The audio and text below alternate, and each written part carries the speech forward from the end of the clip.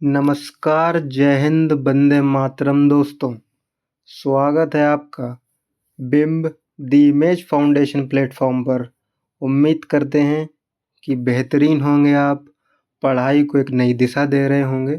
आज ये वीडियो आप सभी के लिए बहुत महत्वपूर्ण है क्योंकि यूपी टेट के फॉर्म ऑनलाइन लगातार हो रहे हैं और यही टाइम गाइस है पढ़ने का। आपके लिए लेकर आया हूँ यूपी टेट सीरीज का पहला वीडियो, जिसमें प्रीवियस ईयर के सारे क्वेश्चन और इम्पोर्टेंट क्वेश्चन को सॉल्व करेंगे और खुद को बेहतर बनाएंगे।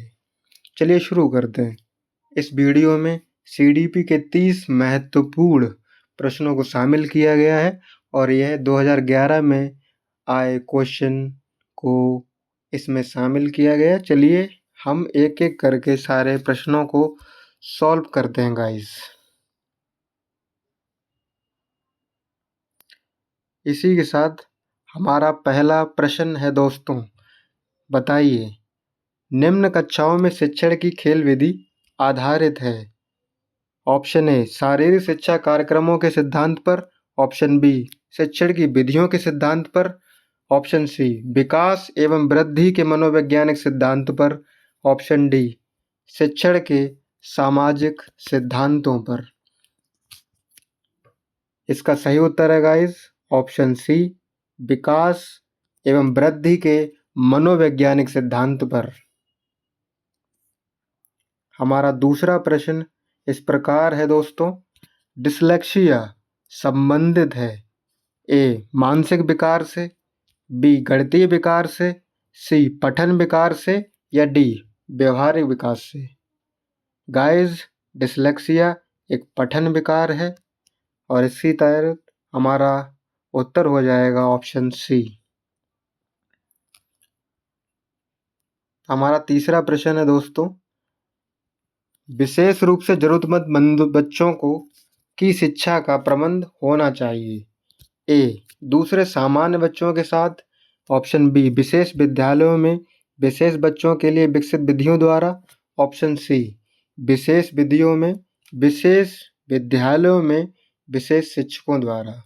देखिए जैसा कि हम जानते हैं ज़रूरतमंद बच्चों के लिए हमको साथ में पढ़ना चाहिए, जिससे कि उन्हें अपनी किसी भी कमी का अफसोस ना हो गाइस। इसलिए हमारा ये उत्तर ऑप्शन नंबर ए बिल्कुल ठीक होगा। आगे बढ़ते हैं गाइस। हमारा चौथा क्वेश्चन है, अधिगम के प्रक्रम में अभिप्रेरण या अभिप्रेरणा। ऑप्शन ए सीखने वालों की स्मृति को तेज बनाता है, ऑप्शन बी पुराने अधिगम से नए अधिगम को विभेदित करता है, सी एक दिशीय रूप से सोचने में सीखने वालों को प्रस्तुत करता है, या ऑप्शन डी नए सीखने वालों में अधिगम के लिए रुचि का सृजन करता है। मोटिवेशन वो चीज़ होती है दोस्तों जो किसी नए सीखने वाले में सृजनात्मकता का सही विकास करती है। इसीलिए हमारा सही उत्तर होगा ऑप्शन डी दोस्तों। हम आगे बढ़ते हैं।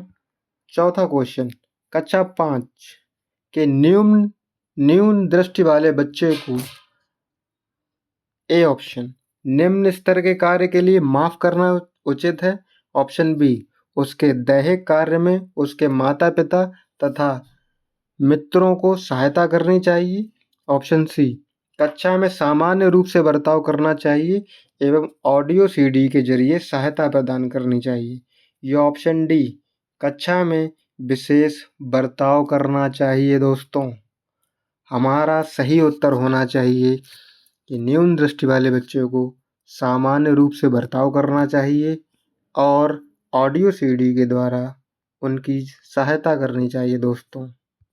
इसलिए हमारा सही उत्तर होगा कक्षा में सामान्य रूप से बर्ताव करना चाहिए एवं ऑडियो सीडी के जरिए सहायता प्रदान करनी चाहिए। चलिए नेक्स्ट क्वेश्चन पे चलते हैं गाइस।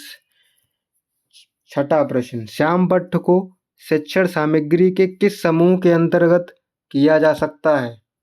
ए श्रव्य साधन, बी दृश्य साधन, सी दृश्य श्रव्य साधन या डी इनमें से कोई नहीं। जैसा कि हम जानते हैं दोस्तों श्यामपट्ट यानी ब्लैक बोर्ड दृश्य साधन के अंतर्गत आता है और इसलिए हमारा सही उत्तर होगा option B.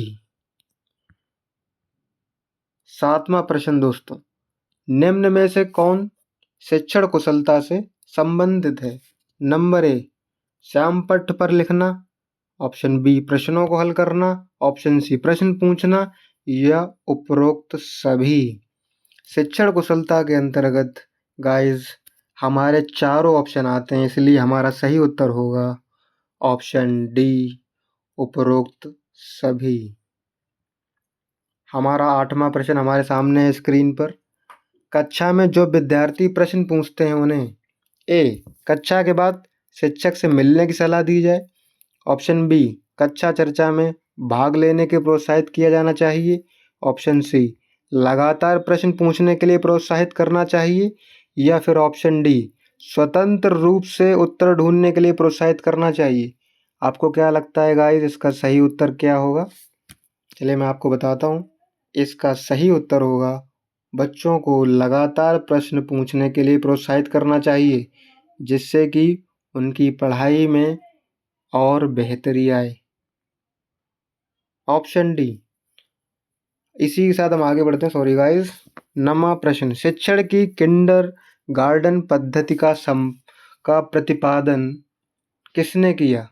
Option A, TP none ने, ऑप्शन बी, स्पेंसर ने, या ऑप्शन सी, मनोवैज्ञानिक फ्रॉवेल ने। इसका सही उत्तर है गाइस मनोवैज्ञानिक फ्रॉवेल ने। मनोवैज्ञानिक फ्रॉवेल 1840 में जर्मनी में पहला किंडरगार्टन खोला। आप सबको पता होना चाहिए गाइस कि किंडरगार्टन का अर्थ बच्चों का बगीचा होता है। इसमें बच्चे को पौधे की तरह, जैसे नर्सरी में बच्चों की देखभाल करते हैं, उसी प्रकार बच्चों की देखभाल और उनके मानसिक एवं शारीरिक विकास पर ध्यान दिया जाता है दोस्तों। चलिए अगले प्रश्न पर चलते हैं। 10वां प्रश्न, एक अभिभावक अपने आप से विद्यालय में मिलने के लिए कभी नहीं आता है, तो आप क्या करेंगे? ऑप्शन ए, बच्चों की उपेक्षा करेंगे, ऑप्शन बी, अभिभावक को लिखेंगे, या ऑप्शन सी, आप स्वयं उनसे मिलने जाएंगे, या ऑप्शन डी, बच्चों को दंड देना शुरू कर देंगे। जैसा कि हम जानते हैं गाइस, बाल विकास में हम बच्चों की अधिकतम सहायता का प्रयास करते हैं, इसीलिए इसका सही उत्तर होगा ऑप्शन सी, हम उनके अभिभावकों से स्वयं मिलने जाएंगे। चलिए अगले प्रश्न पर चलते हैं। ऑप्शन इस प्रकार है और आपका प्रश्न इस प्रकार है।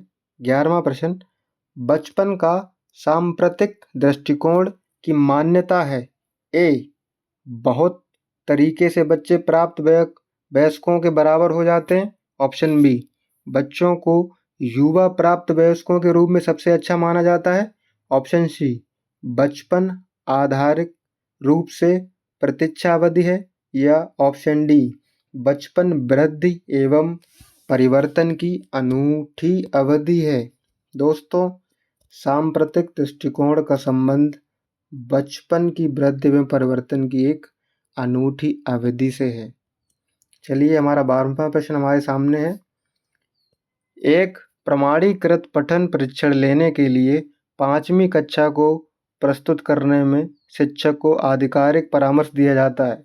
ए ऑप्शन, बच्चों को बोलना कि परीक्षण बहुत महत्वपूर्ण है तथा वह उनमें अच्छा प्रदर्शन करें, ऑप्शन बी, पूर्ववर्ती परीक्षा से प्रधान प्रश्नों को चिन्हित करना एवं छात्रों को उन्हें उत्तर देने की अनुमति देना, ऑप्शन सी, निम्न कोटि के पाठकों को प्रशिक्षित देना ताकि कक्षा के शेष बच्चे किसी भी तरीके से अच्छा करें, या ऑप्शन डी, परीक्षा में आने वाले समान प्रकार के प्रश्नों के उत्तर देने के लिए छात्रों को अभ्यास कराना। दोस्तों, इसका सही उत्तर है ऑप्शन डी। चलिए आगे बढ़ते हैं। 13 प्रश्न, असंगठित घर से आने वाला बच्चा सबसे अधिक कठिनाई का अनुभव करेगा। ऑप्शन ए, स्वनिर्मित पाठों में, स्वतंत्र अध्ययन में, नियोजित निर्देशन में, या चौथा अभ्यास पुस्तिका में। इसका सही उत्तर दोस्तों है ऑप्शन बी, असंगठित घर से आने वाले बच्चे स्वतंत्र अध्ययन में अक्सर कठिनाई का अनुभव करते हैं। चौथा प्रश्न, सॉरी 14वां प्रश्न आपके सामने। आप देखते हैं कि एक छात्र बुद्धिमान है, तो आप ए, एज अ टीचर उसके साथ स्वतंत्र संतुष्ट रहेंगे। सी ऑप्शन, सॉरी गाइस इसमें बी ऑप्शन उपलब्ध नहीं है। सी ऑप्शन, वह जैसे अधिक प्रगति कर सके उस तरह से उसे अनुप्रेरित करेंगे। ऑप्शन डी, उसके अभिभावकों को सूचित करेंगे कि वह बुद्धिमान है। दिए गए विकल्पों में सबसे सुरक्षित उत्तर ऑप्शन सी होगा गाइस।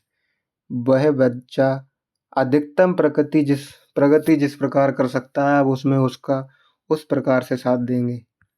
15वां प्रश्न, यदि कुछ विद्यार्थी कक्षा में अध्ययन की चित्तवृत्ति में नहीं है तो आप क्या करेंगे?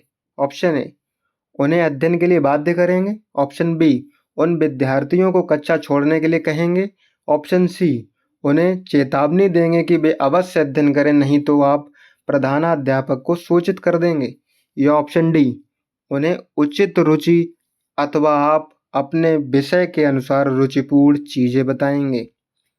जब भी ऐसा होता है गाइस, ये अक्सर देखा जाता है कि शिक्षक ये महसूस करता है कि उसके पढ़ाई में बच्चे रुचि नहीं लेते हैं, इसीलिए एक शिक्षक की आवश्यकता होती है कि वो बच्चों की रुचियों पर फोकस करे। इसलिए इसका सही उत्तर होगा, उन्हें उनकी रुचि अथवा आप अपने विषय के अनुसार रुचिपूर्ण चीज़ें पढ़ाएंगे। चलिए गाइस अगले प्रश्न पर चलते हैं। 16वां प्रश्न, वह स्तर जिसमें बच्चा किसी वस्तु एवं घटना के बारे में तार्किक रूप से सोचना शुरू करता है वह कहलाता है। ए, संवेदन प्रौढ़ अवस्था। ऑप्शन बी, औपचारिक अवस्था। ऑप्शन सी, पूर्व क्रियात्मक अवस्था। या ऑप्शन डी, मूर्त क्रियात्मक अवस्था। यह प्रश्न गाइस पियाजे की दी गई 4 अवस्थाओं से लिया गया है। जिस अवस्था में बच्चा तार्किक रूप से सोचना शुरू कर देता है वह होती है मूर्त क्रियात्मक अवस्था। चलिए गाइस अगले क्वेश्चन पर चलते हैं। बच्चों के बौद्धिक विकास के 4 सुस्पष्ट स्तरों को पहचाना गया था, किसके द्वारा? बच्चों के बौद्धिक अथवा संज्ञानात्मक विकास पर विशेष रूप से किसके द्वारा टिप्पणी की गई थी? ए, कोहलबर्ग द्वारा। बी, स्किनर द्वारा। ऑप्शन बी, एरिक्सन द्वारा। या ऑप्शन डी, पियाजे द्वारा। जैसा कि हम पहले क्वेश्चन में पढ़ चुके हैं, 4 अवस्थाएं बौद्धिक विकास की पियाजे द्वारा दी गई हैं। 18वां प्रश्न, अल्पवयस्क बच्चों के अधिगम में अध्यापकों की भूमिका होनी चाहिए। ऑप्शन ए, निषेधात्मक। ऑप्शन बी, अग्रसग्री। ऑप्शन सी, संवेदनात्मक। ऑप्शन डी, उदासीन। ऐसे बच्चे जो अल्पवयस्क हैं उनके अभिभावकों की अधिगम में अग्र सक्रियता होनी चाहिए दोस्तों। 19वां प्रश्न, बच्चों के संज्ञानात्मक विकास को सबसे अच्छे तरीके से कहाँ परिभाषित किया जा सकता है? ऑप्शन ए, खेल के मैदान में। ऑप्शन बी, विद्यालय एवं कक्षा में। ऑप्शन सी, ऑडिटोरियम में। या ऑप्शन डी, गृह में।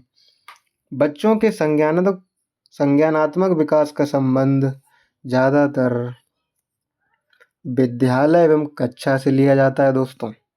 चलिए अगले प्रश्न में चलते हैं। ऑप्शन बी, खाली स्थान को अनुप्रेरित शिक्षण के एक संकेत के रूप में विवेचित किया जाता है। ऑप्शन ए, कक्षा में अधिकतम उपस्थिति। ऑप्शन बी, शिक्षक द्वारा दिया गया उपचारात्मक कार्य। ऑप्शन सी, विद्यार्थियों द्वारा प्रश्न पूछना।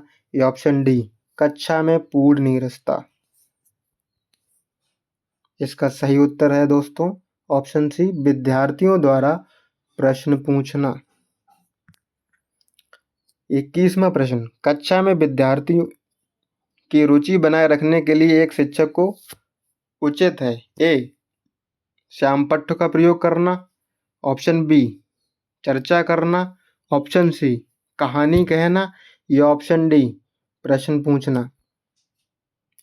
प्रश्न पूछना सुकरात द्वारा विकसित की गई एक प्रणाली है जिसमें बच्चा या कोई भी अधिकतम रुचि लेता है, इसलिए इसका सही उत्तर होगा ऑप्शन डी, प्रश्न पूछना।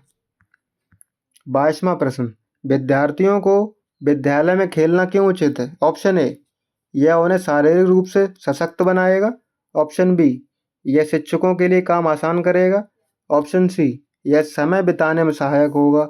या ऑप्शन डी, यह सहयोग एवं संतुलन का विकास करेगा गाइस। इसका सही उत्तर होगा, खेलना न केवल हमें सहयोग सिखाता है बल्कि संतुलन का भी विकास करता है दोस्तों। चलिए अगला क्वेश्चन पे चलते हैं। 23, परिवार एक साधन है। ऑप्शन ए, अनौपचारिक शिक्षा का। ऑप्शन बी, औपचारिक शिक्षा का। ऑप्शन सी, गैर औपचारिक शिक्षा का। या ऑप्शन डी, दूरस्थ शिक्षा का दोस्तों। इसका सही उत्तर है दोस्तों, परिवार अनौपचारिक शिक्षा का साधन माना जाता है।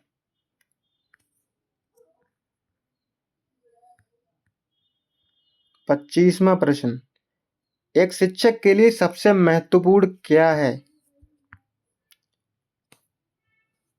एक, कक्षा में अनुशासन बनाए रखना।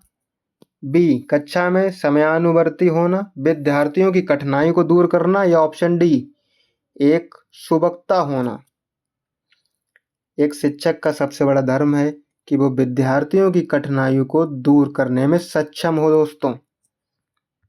26वां प्रश्न, आप एक अति सक्रिय बालक को कैसे सही दिशा में लाएंगे? ऑप्शन ए, उसे पहली पंक्ति में बिठाएंगे तथा उस पर कड़ी नजर रखेंगे।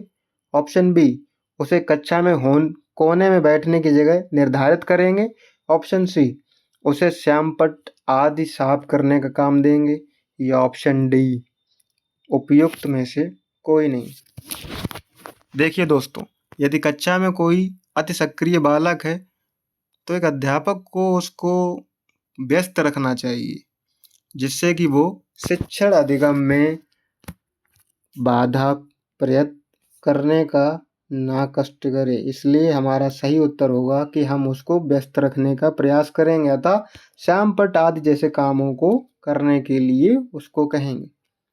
27वां प्रश्न, पृथक पृथक समजातीय समूहों के व्यक्तियों के प्रति बच्चों की अभिवृत्ति साधारणता आधारित होती है।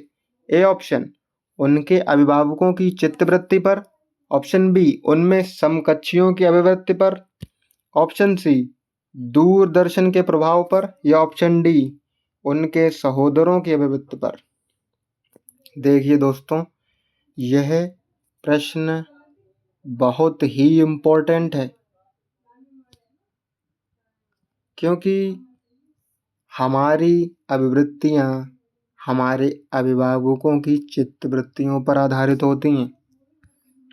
28वां प्रश्न आपके स्क्रीन पर, आपको अपनी कक्षा में 2 मंदबुद्धि बच्चों को बिठाने के लिए बोला गया है, तो आप क्या करेंगे? ऑप्शन ए, उन्हें अपने विद्यार्थियों के रूप में ग्रहण करने से इनकार करेंगे। ऑप्शन बी, प्रधानाध्यापक को उन्हें किसी और कक्षा में जो कि मंदबुद्धि बालकों के लिए विशेष रूप से चिन्हित है में बैठने के लिए बोलेंगे।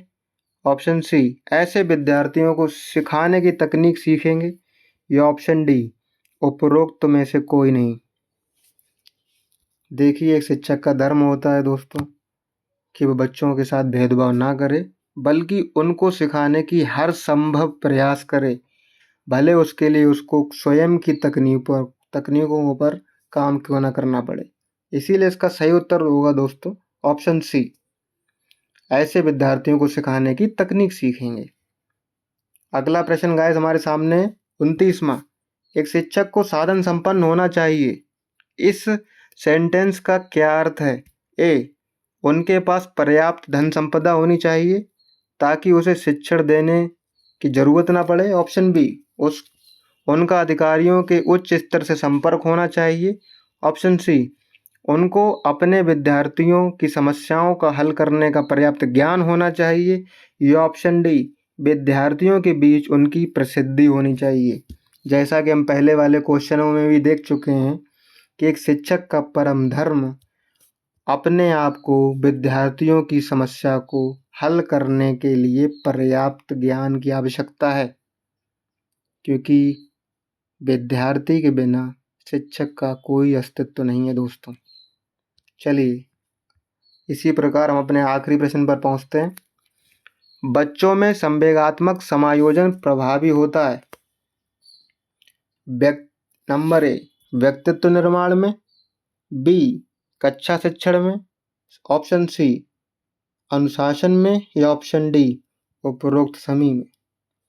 बच्चों के संवेदनात्मक समायोजन प्रभावी बनाने के लिए इन सभी ऑप्शनों की ज़रूरत होती है दोस्तों, इसलिए इसका सही उत्तर होगा उपरोक्त सभी। Love you guys, thank for watching beam foundation. Vande Mataram. सारे क्वेश्चनों को आप तैयार करें और चैनल को लाइक सब्सक्राइब करें। यूपी टेट के महत्वपूर्ण और previous year question per day आपके लिए आते रहेंगे। Thank you so much guys.